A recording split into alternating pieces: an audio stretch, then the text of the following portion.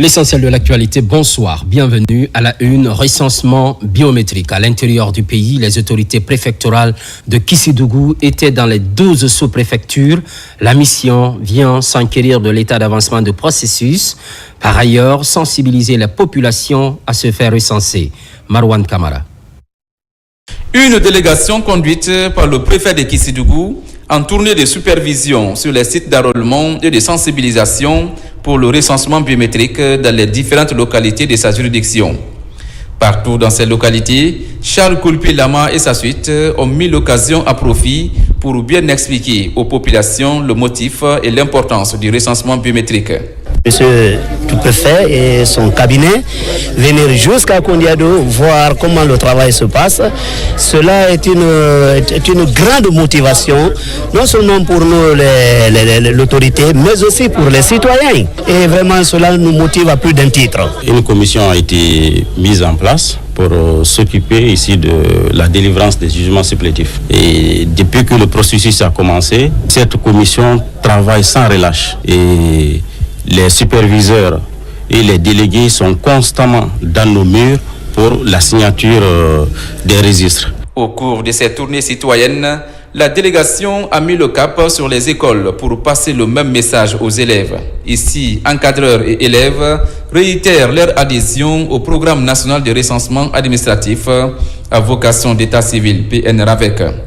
Sur 1536 élèves prévus à Sundiata, on nous remonte déjà que 1308 sont enrôlés. Ce n'est pas la politique que nous faisons, mais vous avez vu, le 15 avril passé, le chef de l'État, chef suprême des armées, général d'armée, Mamadi Doumbouya, lui-même, il s'est recensé. Pourquoi pas vous et nous? Cette campagne de sensibilisation et de supervision des autorités préfectorales de Kissidougou s'inscrit dans le projet du gouvernement de doter les Guinéens d'une identité unique et numérique.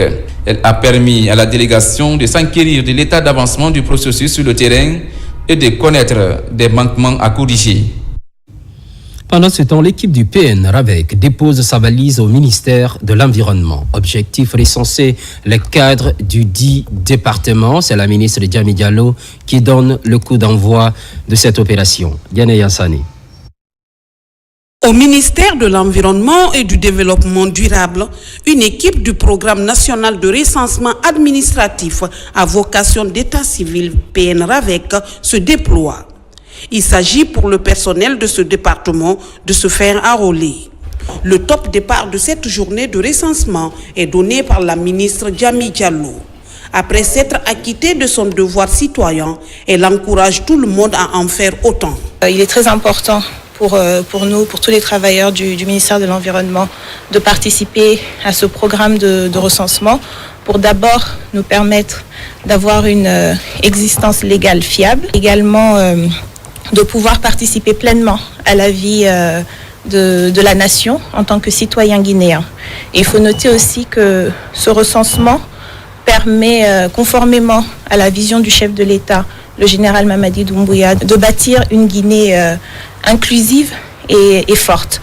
Donc nous encourageons tous les Guinéens à participer au recensement et à se faire enrôler. Ce message de la ministre est à l'adresse des 4000 travailleurs du département ici et dans l'arrière-pays. L'équipe du PN-RAVEC installée au siège du ministère a la charge de recenser les 1200 travailleurs du dit département en fonction à Conakry.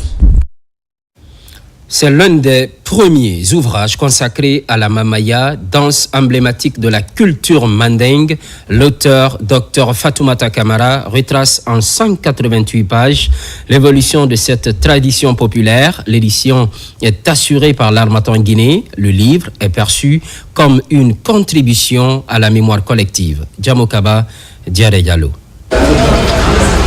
La scène littéraire guinéenne ouvre ses portes à Dr Fatoumata Bamba, historienne de profession.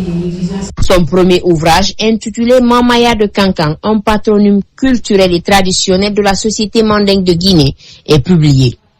Le livre retrace les premières heures de cette identité de Nabaya, en mettant en lumière les grands noms de la danse noble et aisée, la Mamaya. C'est au cours de mes enquêtes de terrain et les études littéraires, je me suis rendu compte que de la dimension historique et socio-culturel de la danse. Donc je me suis dit, pourquoi ne pas en faire un livre? Puisque à l'entame, il n'y a pas eu un écrit, il n'y a aucune source écrite sur l'histoire de la Mamaya. Donc avec modestie, je suis la première à me pencher sur ce sujet. Fatoumata Bamba et cette grande université vient de confirmer que nous, les Djeli, le travail et tout ce que nous avons gardé par nos ancêtres est une réalité parce que l'histoire, c'est la trace des hommes. La Mamaya de Kankan, un patronyme culturel et traditionnel de la société mandingue de Guinée, est un livre scientifique pour rafraîchir les mémoires à tout moment. Par son ouvrage de 188 pages, Dr Fatoumata Bamba participe à l'épanouissement de la culture guinéenne.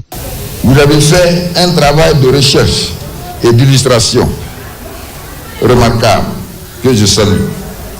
J'espère que ce livre sera utile aux générations actuelles et futures et contribuera à la pérennisation de notre identité culturelle, mais aussi de la construction d'une nation unie et forte. Le livre sur la danse de la Mamaya à Kankan n'est pas qu'un simple texte, c'est une contribution à la pensée guinéenne, une brique dans l'édification de notre souveraineté culturelle. Fille d'un instituteur et d'une ménagère, Dr Fatoumata Bamba a commencé ses études primaires et secondaires à Zérékouré. Après son baccalauréat obtenu en 2007, elle est orientée à l'université Julius Nyerere de Kankan, département Histoire. Aujourd'hui, elle fait partie du cercle restreint des enseignants-chercheurs de cette institution, réservoir de connaissances.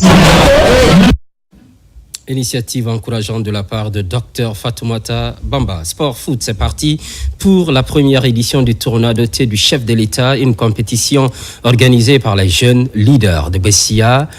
8 équipes rivalisent dans ce tournoi. Au début des hostilités, Bessia Centre était opposé à Bessia Cité 2. Djibril Kamara. Un Guinéen, un identifiant, c'est le slogan de ce tournoi de football doté du trophée soutien au PRG, parrainé par Daouda Sako DAF de la grande chancellerie des ordres nationaux de mérite. Le coup d'envoi a mis aux prises l'équipe de Bessia Centre en jaune à son homologue de Bessia Cité 2. À l'issue des 90 minutes, Bessia Centre s'est imposé sur le score de 3-0. Bon, nous sommes satisfaits car on est qualifié en demi-finale. C'est 8 équipes, donc l'équipe va très bien. Bon, l'équipe adverse, il était aussi efficace, mais le jeu du foot n'était pas de leur côté aujourd'hui. Donc je les félicite aussi. L'objectif de cette compétition, c'est soutenir les idéaux et la candidature du général Mamadi Doumbouya, vu tout ce qu'il est en train de faire aujourd'hui dans le cadre du développement du football à la base et de l'épanouissement de la jeunesse de la République de Guinée. Ce tournoi de football se joue en éliminatoire direct entre les équipes participantes. L'occasion est mise à profit pour inciter les fils et filles à accomplir leur devoir citoyen qui est le recensement biométrique en cours en Guinée. Les présidents des délégations spéciales sont invités pour la circonstance. D'abord, c'est pour vous remercier pour cette initiative, aussi la qualité de l'organisation au nom de monsieur le parrain. Et nous sommes heureux d'être parmi vous parce que c'est une rencontre entre jeunes et surtout encourager le football à la base. Nous profitons de votre micro pour inviter tous qui sont là, qui sont venus pour accompagner les jeunes dans cette organisation, de venir et d'aller se faire recenser.